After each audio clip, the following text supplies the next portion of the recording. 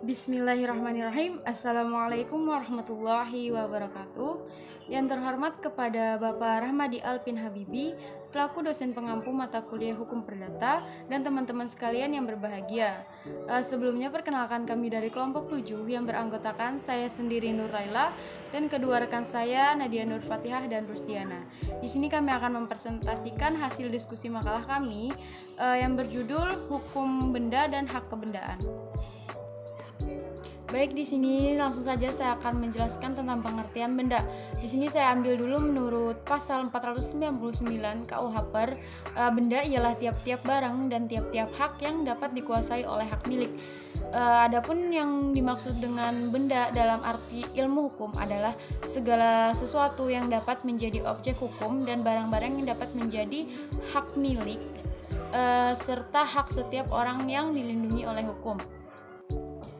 Adapun menurut dari beberapa definisi para ahli, seperti menurut Profesor Suediman Kartohadiptrodjo, menurut Profesor Sri Swedewi Mas John Sofwan, menurut Profesor Subekti, dan menurut Profesor L.J. Van Afdom, dapat disimpulkan di dalam sistem hukum perdata atau KUH Per, kata objek atau benda mempunyai dua arti, yaitu barang yang berwujud dan bagian daripada harta kekayaan. Yang termasuk objek selain daripada barang yang berwujud, juga beberapa hak tertentu sebagai barang yang tak berwujud. Selanjutnya, macam-macam benda menurut beberapa para ahli. Seperti menurut Profesor Subekti, menurut Profesor Sri Sodewi Mas John Sofwan, dan menurut Profesor L.J. Van Afdom.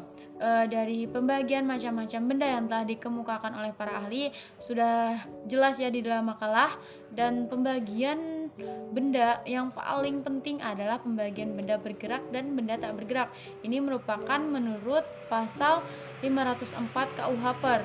Sebab ya pembagian ini mempunyai akibat yang sangat penting dalam hukum. Berikutnya pengertian hukum benda. Hukum benda adalah terjemahan dari istilah bahasa Belanda, yaitu Jukenrecht. Adapun pengertian hukum benda dari beberapa ahli sudah kami jelaskan di dalam makalah juga, seperti menurut Profesor Suediman Kartohadiptrodjo, Profesor L.J. Van Afdom, dan Profesor Sri Sudewi Mas John Sofwan. Yang dapat kami simpulkan bahwa yang dimaksud dengan hukum benda adalah peraturan-peraturan hukum yang mengatur mengenai hak-hak kebendaan yang sifatnya mutlak. Baik, hanya itu yang dapat saya jelaskan. Nanti akan dilanjutkan oleh kedua rekan saya. Apabila dalam pengucapan saya ada salah kata, saya mohon maaf. Saya akhiri. Wassalamualaikum warahmatullahi wabarakatuh. Assalamualaikum warahmatullahi wabarakatuh. Baiklah, di sini saya akan melanjutkan materi bagian 2 sistematika hukum benda. Sistem pengaturan hukum benda itu ialah sistem tertutup, artinya orang tidak dapat mengadakan hak-hak kebendaan baru selain yang sudah ditetapkan dalam undang-undang. Jadi, hanya dapat mengadakan hak kebendaan terbatas yang sudah ditetapkan dalam undang-undang saja. Hal ini berlawanan dengan sistem hukum perikatan, di mana hukum perikatan mengenal sistem terbuka.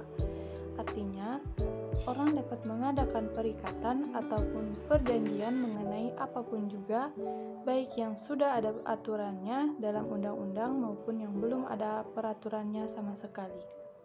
C. Hak kebendaan. 1. Pengertian hak kebendaan.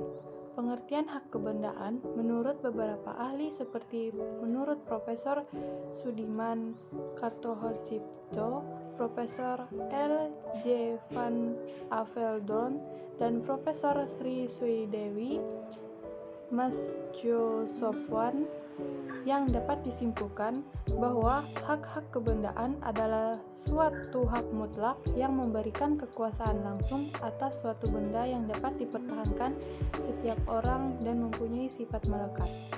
2. Ciri-ciri hak kebendaan. A. Merupakan hak mutlak.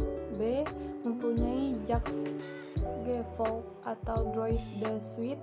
C. Mempunyai sistem. D. Mempunyai droit de préférence. E. Mempunyai macam-macam IP. F. Mempunyai cara pemindahan yang berlainan. Sekian pemaparan materi dari saya. Pemaparan selanjutnya akan dilanjutkan oleh saudari Rusdiana. Baiklah, di sini saya Rusdiana akan melanjutkan pemaparan materi. Yang ketiga yaitu perbedaan hak kebendaan dan juga asas-asas kebendaan. Perbedaan hak kebendaan yaitu hak-hak kebendaan yang diatur dalam buku Undang-Undang KUHP yang sudah disesuaikan dengan berlakunya Undang-Undang PA Nomor 5/19 tahun 1960 dapat dibedakan atas dua macam, yaitu hak-hak kebendaan yang bersifat memberi kenikmatan, yang kedua yaitu hak kebendaan yang bersifat memberi jaminan. Menurut Profesor Swedowi Mas Sofian, ada 10 asas-asas kebendaan. Yang pertama yaitu merupakan hukum pemaksaan, yang kedua dapat dipindahkan, yang ketiga asas individualitas, yang keempat yaitu asas totalitas, yang kelima yaitu asas tidak dapat dipisahkan, yang keenam ada asas prioritas, yang ketujuh ada asas percampuran, yang kedelapan ada asas perlakuan yang berlainan terhadap benda bergerak dan benda tidak bergerak. Yang kesembilan ada asas publicitas. Yang kesepuluh ada asas perjanjian. Yang keempat yaitu cara memperoleh hak kebendaan. Ada beberapa cara untuk memperoleh hak kebendaan, seperti A. melalui pengakuan, B. melalui penemuan, C. melalui penyerahan, D. melalui daluarsa, E. melalui pewarisan, F. dengan cara penciptaan, G. dengan cara ikutan atau turunan. Yang kelima ada hak kebendaan dapat dikatakan hilang. Hak kebendaan dapat hapus, lenyap atau hilang karena hal-hal sebagai berikut. A. Kebendaan lenyap atau musnah. B. Karena dipindah-pindah tangankan. C. Karena pelepasan hak. D. Karena kadaluarsa. E. Dengan cara pencabutan hak. Sekian presentasi dari kami. Mohon maaf apabila ada salah kata. Wallahul muwaffiq ila aqwamit thoriq. Wassalamualaikum warahmatullahi wabarakatuh.